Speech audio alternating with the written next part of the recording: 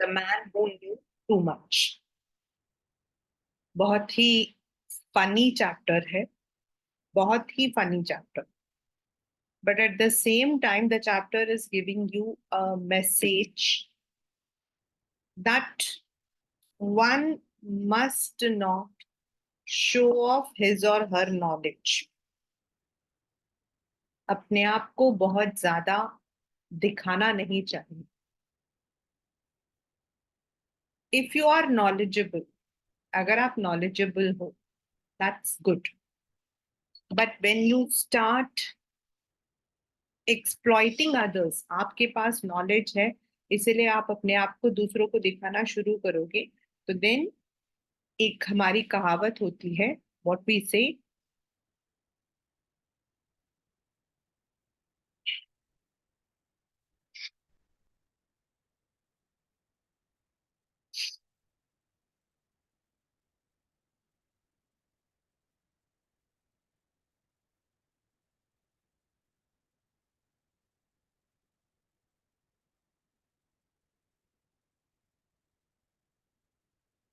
Pride goes before fall. मतलब आपकी सारी जो आपका जो जितना घमंड है ना, वो सब निकल जाता है। This is about actually a man जो कि आर्मी में था, and he was very knowledgeable, very smart, very intelligent. उसका नाम जो था वो था private Quelch, which it was only a nickname. Nickname मतलब बुलाने वाला नाम था। दैट वॉज बिकॉज आपके पेपर का क्वेश्चन है कि व्हाट इज निक नेम। तो हम लोग कभी कभी किसी के फिजिकल फीचर्स, किसी के मेंटल फीचर्स को लेके, जैसे कोई इंटेलिजेंट, बहुत इंटेलिजेंट होता है ना, बड़ा लेक्चरर है, तो उसका नाम प्रोफेसर इसीलिए पड़ा था because he use to boast his knowledge. उसको काफी नॉलेज था about the rifle, about the things, but he would often disrespect his elders, his seniors। और इसी की वजह से क्या हुआ कि अल्टीमेटली वो तो सपना लेकर आया था, he had come of with a dream that he would B acquiring a position in the army. ये उस वक्त का है जब आपके ब्रिटिश, मतलब कि इंडिया में थे। तो he wanted to get a position in the army. लेकिन उसकी ये जो हरकत थी, उसका जो ये बोस्टिंग आदत थी, that became his negative point। और उसका नुकसान ये हुआ कि he had to not only leave his, उसको जो है आर्मी में रैंकिंग तो छोड़ दो, उसको किचन में खाना बनाने की जगह पे रख लिया। अब आप सोचोगे कि भाई अगर उसको खाना बनाने के लिए रखा है तो ही मस्ट हैव मतलब वो ठीक हो गया होगा। भैया जब हमें पनिशमेंट मिलता है तो व्हाट हैपेंस, वी बिकम, थोड़ा सुधर जाते हैं। But no, even in the kitchen where he was given the punishment, वहां पर भी he would be boasting his knowledge. तो this is about that private Quelch, जिसको प्यार से या फिर निक नेम से प्रोफेसर कहा जाता है। Let us start with the chapter. I first met private Quelch. Private is a soldier without rank at the training depot. A man is, अब ये पेपर में आपको आता है, a man is liable to acquire his first week of army life together with his uniform, rifle and equipment, a nickname। मतलब this is a sarcastic comment कि भाई normally जो लोग आर्मी में काम करते हैं उनको यूनिफॉर्म, राइफल, इक्विपमेंट के साथ एक निकनेम भी मिल जाता है। Anyone who saw Private Quetch, lanky, stooping, frowning through horn-rimmed spectacles, understood why he was known as the professor। जो भी उसको देखता था, थोड़ा लंबा था, थोड़ा पतला था, थोड़ा झुक के चलता था और हमेशा गुस्से में रहता था। उसके बड़े बड़े चश्मे होते थे। एक तो he looked like a professor. Those who had any depth on the subject lost them after 5 minutes conversation with them. और किसी को कोई शक है ना कि वो प्रोफेसर क्यों नहीं है, 5 मिनट तुम उसे बात करके देखो एंड यू वुड मतलब कि understand. Means he would always lecture others, he would always lecture others.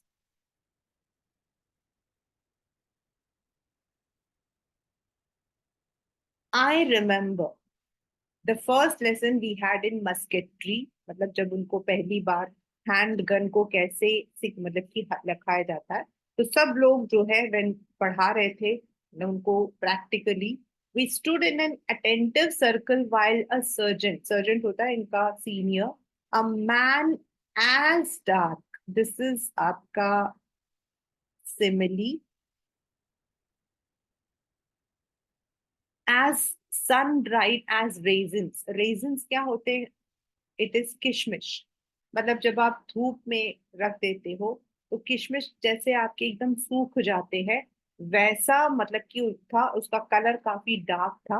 And he was wearing the north west frontier ribbons, मतलब ये जो नॉर्थ वेस्ट फ्रंटियर रिबन है पाकिस्तान का उस वक्त में जो उनके डेकोरेशन होते थे on their quotes. Describe the mechanism of a service rifle, और वो उस वक्त उनको सर्विस राइफल के मतलब किस तरीके से वो चलता है वो समझा रहे थे। And he said the muzzle velocity or speed at which the bullet leaves the rifle is well over 2000 feet per second। मतलब उन्होंने कहा कि जो गोली होती है वो गन से तकरीबन 2000 फीट पर सेकंड निकलती है। और तभी किसी ने बोला 2440 फीट पर सेकंड, मतलब उसने बोला था ना तकरीबन 2000 फीट पर सेकेंड, तो उसने उसको ठीक करते हुए बोला it is not 2000 feet but it is 2440 feet. That's right, the surgeon said without enthusiasm। उन्होंने सोचा कि चलो यार कोई ऐसे ही बोल रहा है, तो went on lecturing. When he had finished he asked us the questions, and perhaps in the hope of revenge, paper का again this is a question. कभी कभी होता है ना जब आप टीचर को ठीक करते हो तो टीचर कहते हैं अच्छा बेटा तुम मेरे को ठीक करे हो और तुमसे सारे क्वेश्चंस पूछते, तो उसी तरीके से सारे क्वेश्चंस उसने प्रोफेसर को पूछे। The only result was to enhance the professor's glory, technical division, the part of a rifle, its use, car, इसको सब कुछ आता।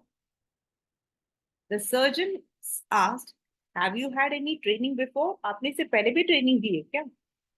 He answered with a phrase that was very familiar to all of us.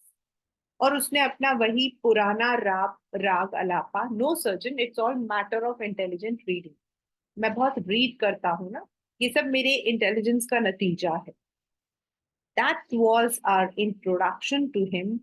We soon learned more about him. We saw to that he meant to get on, he told us. He had the brains. मतलब हमेशा वो एक ही बात कहता था that he was too intelligent. He was a genius. He was sure to get a commission before long. मतलब जो rank होता है, commission here is a rank. पहले ही meant to get a stripe, मतलब यहाँ पर जो है commission is army officer, stripe होता है वी शेप जो रैंक ऑफ अ सोल्जर। उसका मानना था कि वो बाकी लोगों से जल्दी ट्रेनिंग ले लेगा, but he was very hard working also. In pursuit of his ambition मतलब to accomplish his ambition, he worked hard. We had to give credit for that. He borrowed manuals, stayed up late at night reading them. He badgered the instructors with questions. मतलब वो पूरी पढ़ाई करता, लोगों से manuals लेता, extra books लेता, और जो इंस्ट्रक्टर्स होते उनसे क्वेश्चंस पूछता। He drilled with enthusiasm and on route marches, मतलब जब उनको सुबह सुबह they had to go for the marches, सुबह सुबह उनको जो है वार्म अप के लिए जाना होता था, तो बाकी लोग थक जाते थे। He was not miraculously tireless but infuriated us. Infuriated का मतलब होता है एंगर, उनको गुस्सा दिलवाना with all horrible heartiness. मतलब खुद तो वो बहुत ही ज्यादा जो है he was enthusiastic, but ये लोग बेचारे थक जाते थे, लेकिन इनको वो गुस्सा दिलवाता। चलो एक गाना गाते। 30 miles चलाने के बाद he would be saying गाना गाए। His salute at the pay table was a model to behold. When officers were inside, he would swing his skinny arms and march to the canteen like a guardsman. मतलब he was so smart, he was so clever कि जब officers उन पर नजर रख रहे होते थे तो वो स्किनी मतलब बहुत ही पतला, स्किनी का मतलब होता है वेरी थिन, और कैंटीन की तरफ ऐसे गार्ड करके जाएगा, जब कोई नहीं होता था नॉर्मल चलेगा। And day in and day out, he lectured to us in his droning, remorseless voice on every aspect of human knowledge. और सुबह शाम वो जो उनके फ्रेंड्स, उनके जो मतलब कि पियर्स होते थे, उन सबको दुखी कर देता था। रिमॉर्सलेस मतलब उसको कोई शर्म नहीं थी। He did not have any regret. दूसरों को पसंद है नहीं पसंद है, he would go on lecturing.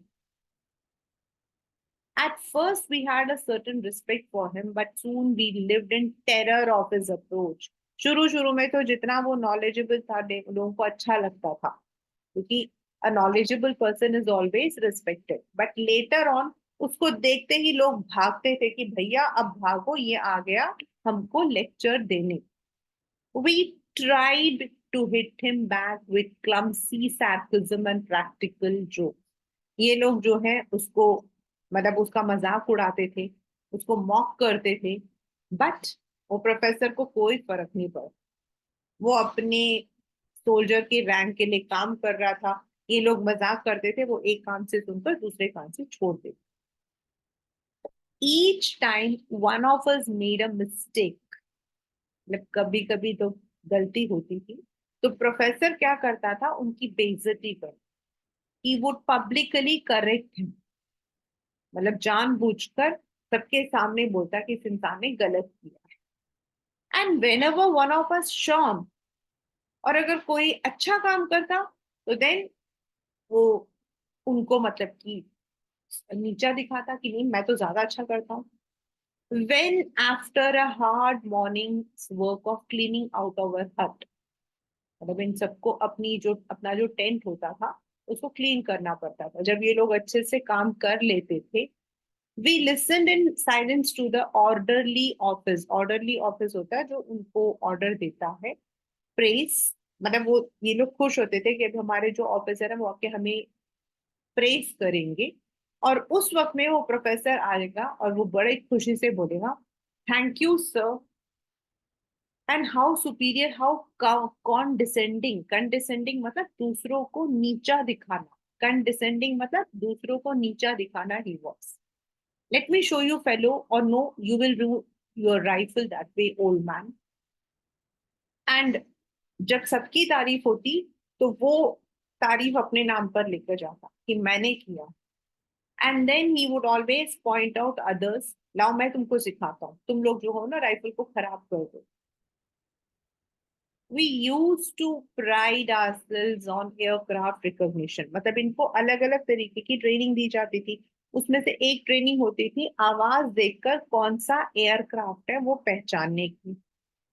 तो out once out for a walk we heard the drone of a plane flying overhead। एक आवाज थी।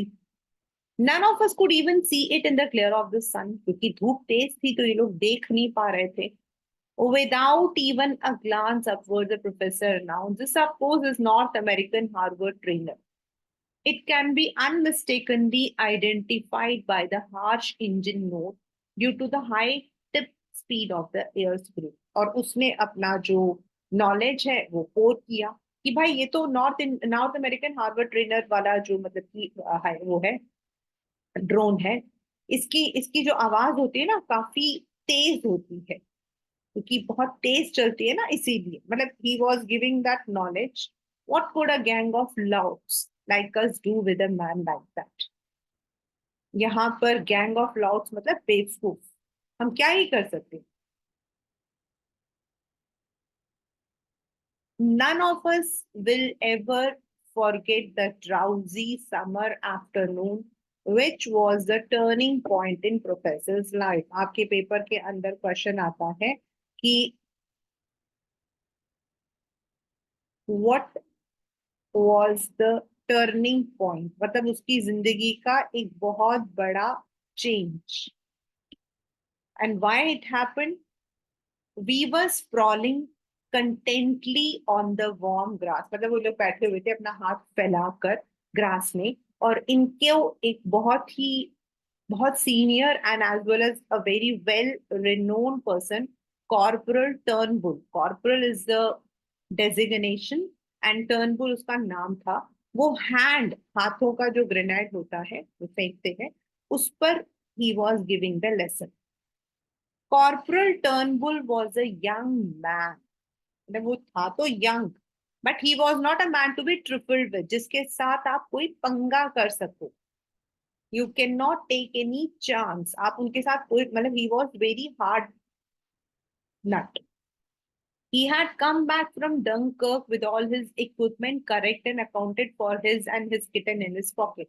मतलब वो लड़ाई से वापस आया था, एंड इतनी अच्छी लड़ाई थी कि उसका सारे इक्विपमेंट, यानी कि वो बिल्कुल ऐसी लड़ाई लड़ी थी जहां नुकसान नहीं हुआ था। He was our hero, and we used to tell each other that he was so tough that you could hammer nails into him without even noticing him. मतलब यहाँ पर उसका कहने का मतलब है कि आप उसके अंदर कील भी ठोक दोगे ना, तो भी उसको पता नहीं लगेगा। तो उसका मतलब ऐसा नहीं कि हम उसके अंदर कील ठोक देंगे, मतलब he was physically strong built, he was physically strong built, वो काफी स्ट्रॉन्ग था। The outside of a grenade as you see, वो मतलब कि जो कॉर्पोरल टर्नबुल है, he was giving the lecture, is divided up into a large number of fragments to assist segmentation। तो उसने कहा आप बाहर की तरफ देखोगे तो आप देखोगे छोटे छोटे से उसको छोटे छोटे हिस्सों में डिवाइड किया है। और जैसे ही उसने ये बात बोली, प्रोफेसर ने बीच में टांग अड़ाया और उसने बोला 44। उसने कहा था ना divided into large number of fragments, उसने नंबर नहीं बताया था, तो उसने कहा व्हाट्स दैट, उसने कहा 44 सेगमेंट्स। सर छोटे छोटे सेगमेंट्स नहीं, 44 सेगमेंट्स है उसमें। The corporal said nothing but his brow tightened, brow tighten मतलब he was angered, he was angered, वो गुस्से में था। He open his mouth to resume, जब वो बोलना शुरू ही करने वाला था, इतने में ही फिर से वो बोल पड़ा professor. And by the way corporal, we were all thunderstruck, thunderstruck मतलब सरप्राइज, थंडरस्ट्रक मतलब सरप्राइज, एकदम बिजली गिरना। The professor was speaking again, shouldn't you have started with 5 characteristics of grenade? Our instructor at the other camp always used to do that, you know। उसने कहा sir आपको शुरू जो है कैरेक्टरिस्टिक से नहीं करना चाहिए था, आपने गलत नहीं किया। मतलब एक जूनियर सोल्जर एक सीनियर ऑफिसर को कमांड कर रहा था। In the silence that followed a dark flush stained the tan of corporal face। मतलब एकदम खामोशी थी, लेकिन कॉर्पोरल के चेहरे पर एक गुस्सा था। Here you give this lecture, आओ तुम्हें आके दे दो। As if afraid to say any more, he tossed a grenade to the professor। उसने ग्रेनेड को उसकी तरफ उठा के फेंका, बट प्रोफेसर जो था वो शेमलेस था। He was quite unabashed, unabashed मतलब shameless। He climbed to the feet मतलब नॉर्मली अगर टीचर ऐसा पनिशमेंट देते तो बच्चे क्या बोलते हैं, सॉरी मैम आप बोलो, लेकिन उसने ऐसा नहीं किया. He was with a full attitude coming into his birthright, gave us an unexceptionable lecture on the grenade. और उसने पूरा ग्रेनेड को एक्सप्लेन किया. सॉरी बोलने की जगह ही एक्सप्लेन्ड. देखो बच्चे, ऐसा नहीं है कि you can not counter part your teacher. Definitely you can correct your teacher, it's nothing wrong. But there is always a word what we call as politeness. Our teachers, चाहे वो कोई भी क्यों ना, for me also my mentors are my mentors. I may be better than them. I may be better than them, but still they are our elders. तो वो चीज हमें हमेशा याद रखना चाहिए. The squad listened in a cowed, मतलब डरे हुए, कोड मतलब डरे हुए, horrified kind of silence. They were all scared क्योंकि अब सर जो है वो सबको सजा देंगे. Corporal Turnbull stood watched impassive except for a searching intentness of gaze. वो उसकी तरफ घूर के देख रहे थे. When the lecture was finished, he said, "Thank you, Private Quetch." ठीक है, थैंक यू, जाओ बैठो. fall in with the others now. fall in with the others मतलब join them. जाओ उनको join कर लो, जाओ. मतलब उन्होंने कुछ कहा नहीं. He just gave him the order to join others. जाओ जाओ. He did not speak again until we had fallen in and were waiting to be dismissed. उसके बाद वो आया, जैसे ही प्रोफेसर ने इनको ज्वाइन किया, then he addressed us. As some of you may have heard, अब सर ने स्टार्ट किया. कॉर्पोरल टर्नबुल ने, ही बिगैन डेलिबरेटली. डेलिबरेटली मतलब intentionally. The platoon officer has asked me to nominate one of you. Platoon is जहां पे आपका खाना वाना बनता है, वहां पर भी we have the soldiers, those who help. He paused and looked in lingering. Lingering मतलब इधर उधर अपनी नजरें देखना. up and down the ranks if he's seeking final confirmation of, जैसे कि वो ढूंढ रहे हो किसको रखूं किसको रखूं. So this was a great movement. अब सबको पता था कि ये एक सजा है. It was not any duty. This was actually an indirect punishment to Private Quetch who had interrupted Corporal Bull or Corporal Turnbull. Most of us could not help glancing at Private Quetch, who stood rigidly to attention and stared straight in front of him with an expression of self-conscious innocence. जैसे कि वो बिल्कुल, he is very attentive and he was very innocent. जैसे उसे कुछ नहीं पता है, जैसे एक अच्छे बच्चे की तरह, just like a good child.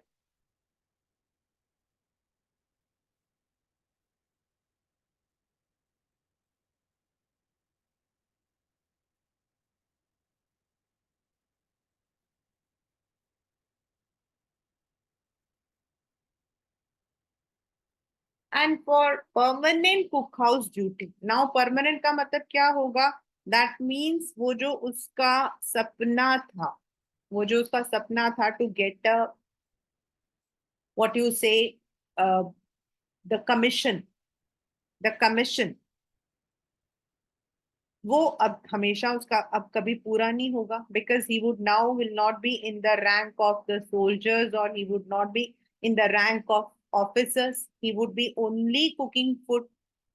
I have decided that Private Quetch is just the man for the job. Just the man for the job. Matlab, he is perfect for the job. He is perfect for the duty. Of course, it was joke for days afterwards. A joke and joy to all of us. और इसके बाद कई दिन तक ये लोग जो है उस बात को बात कर करके हंसते रहते थे. I remember though, एक दिन ऐसा ही हुआ. My friend Trover and I were talking about it a few days later. We were returning from the canteen to our own hut. ये लोग कैंटीन से अपने टेंट की तरफ जा रहे थे और वहां पर जो है जहाँ खाना बनता है वहां से गुजर रहे थे. Through the open door we could see three cooks standing against the wall as if it ate they. मतलब इन्होंने जो है झांक कर देखा कि वहां पर तीन ऑफिसर्स जो है वो लोग वॉल को लीन करते हुए खड़े हुए थे. एंड मतलब कि एज इफ एट बे, मतलब it is force to face something, किसी को देख रहे हैं, फोर्सफुली किसी को देख रहे हैं. From with in came the monotonous. Monotonous मतलब वही पुराना, मतलब कि एक सुर वाला फमीलियर वॉइस, किसी की जानी पहचानी आवाज थी. और वो जानी पहचानी आवाज किसकी थी? प्राइवेट क्वेच की थी. Really I must protest against this abominable, unscientific and unhygienic method of peeling potato. अब उनको जो है, मतलब उनको वो डांट रहा था कि मुझे जो है आई हैव टू कंप्लेन, मुझे जो है तुम लोगों के लिए मुझे कंप्लीट करना पड़ेगा. This is immoral. अबॉर्नेबल मतलब इमोरल, अनसाइंटिफिक, अनहाइजीनिक तरीके से तुम लोग पोटैटोज को छीलते हो. I need to only draw your attention to the sheer waste of vitamin values. और तुम लोग क्या कर रहे हो? तुम लोग जो हो पोटैटोज को गलत तरीके से छीलकर उसके विटामिन्स को वेस्ट कर रहे हो, उसके सारे विटामिन्स खत्म हो जाएंगे. मतलब he was scolding those officers, he was scolding the कुक्स. वहां पे जो कुक्स थे उनको बुरी तरीके से डांट रहा था और अपना नॉलेज मतलब कि पोर कर रहा था. We fled. और ये लोग वहां से जो है भाग के चले गए, बिकॉज इनको लगा भाई अब हम लोगों को ये देखेगा तो दोबारा से he would start making the lecture. So this is what we call as the man who knew too much.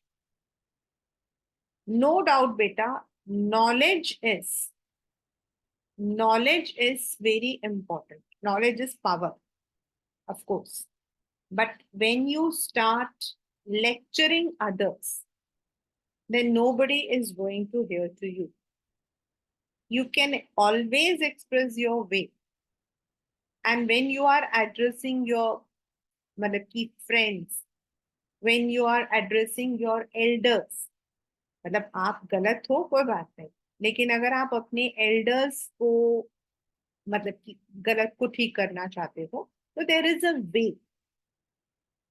If you think that you are better to anyone, then definitely in few days you will lose that friendship, you will lose that मतलब कि जो respect है वो आपका खत्म हो जाए.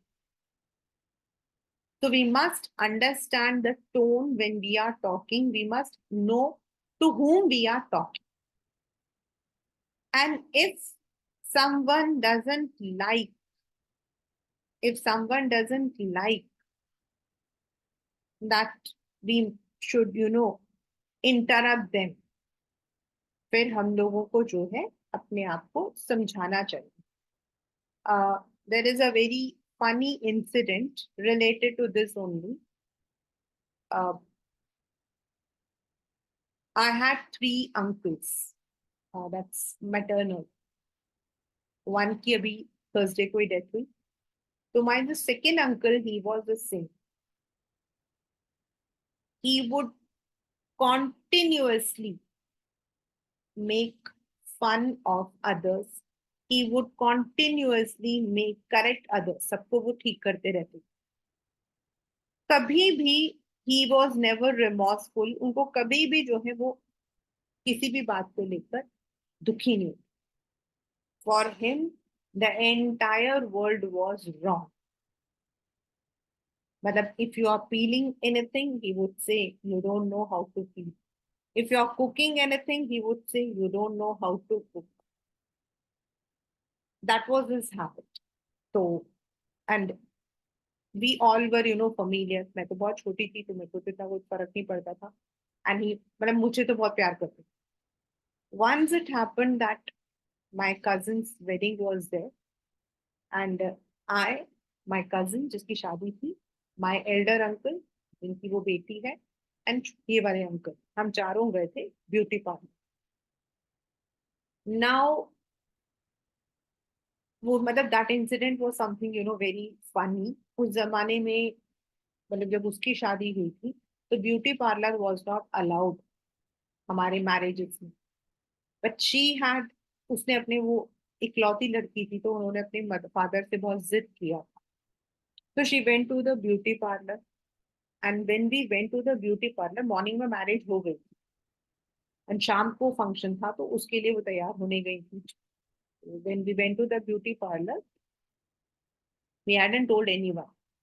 We four were there in the vehicle.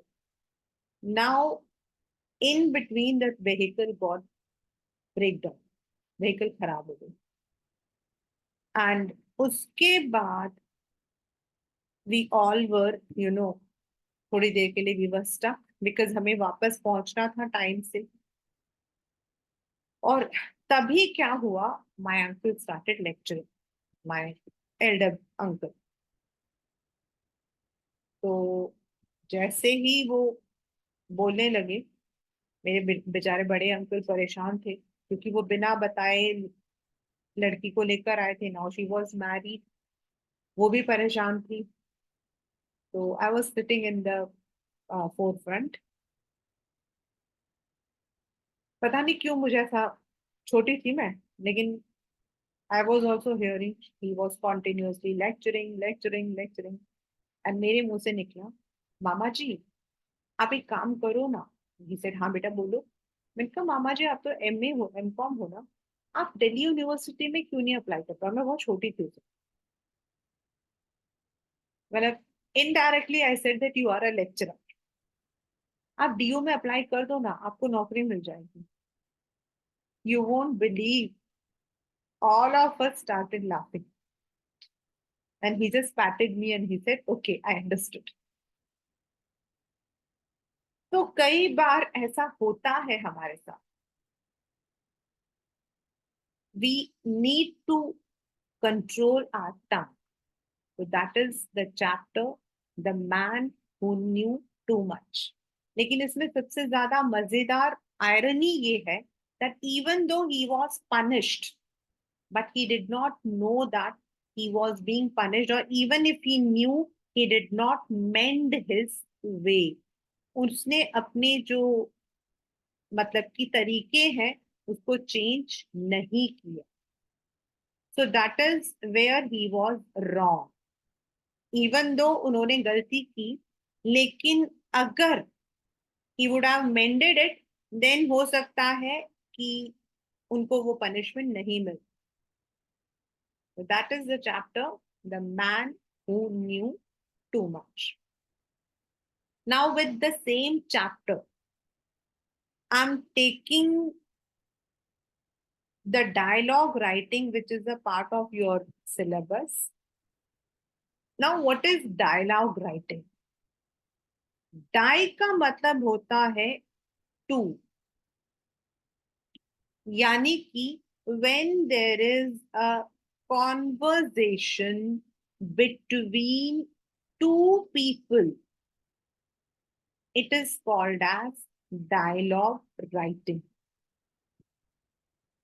In your exam, you may be having different kinds of dialogue writing. आपके एग्जाम में different kinds of dialogue writing आ सकता है। Write a dialogue between करके आपके आ सकता है। But let us take one example from this chapter itself. हम इसी chapter से लेते हैं।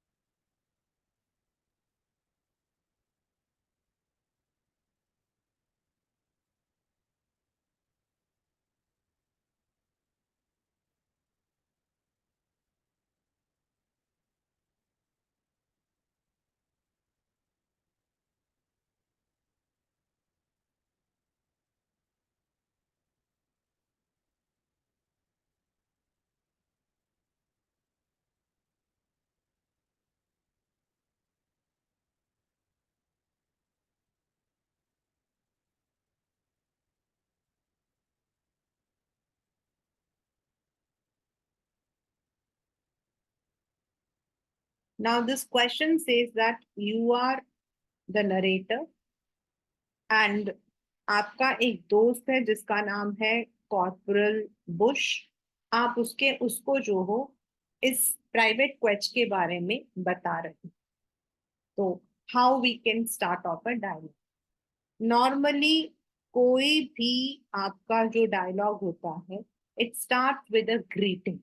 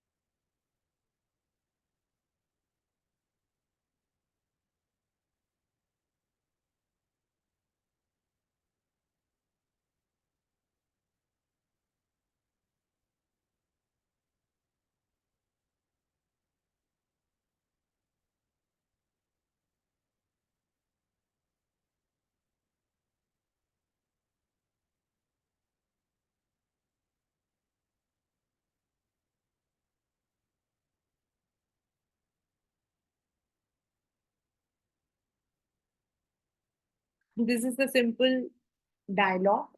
The narrator first has inquired about Corporal Bush. Then, जब उन्होंने पूछा कि how is your training, तो he said that it is good and also told about the person. तो उसने कहा कि ओ अच्छा उस प्रोफेसर के बारे में. उसने कहा देखो he had the audacity. Audacity मतलब the courage. कॉर्पोरल टर्नबुल जैसे इंसान को उसने जो है क्वेश्चन किया, तो उसने कहा हाँ, he must know that pride goes before fall. चलो मैं बाद में मिलता हूँ।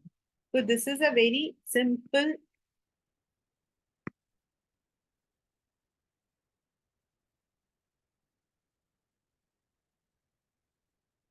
This a very simple dialogue between two people. तो हम ऐसे with the what you call as greetings and with a thank note or bye हम लोग जो है डायलॉग को एंड करते हैं। So that is what we call as dialogue writing.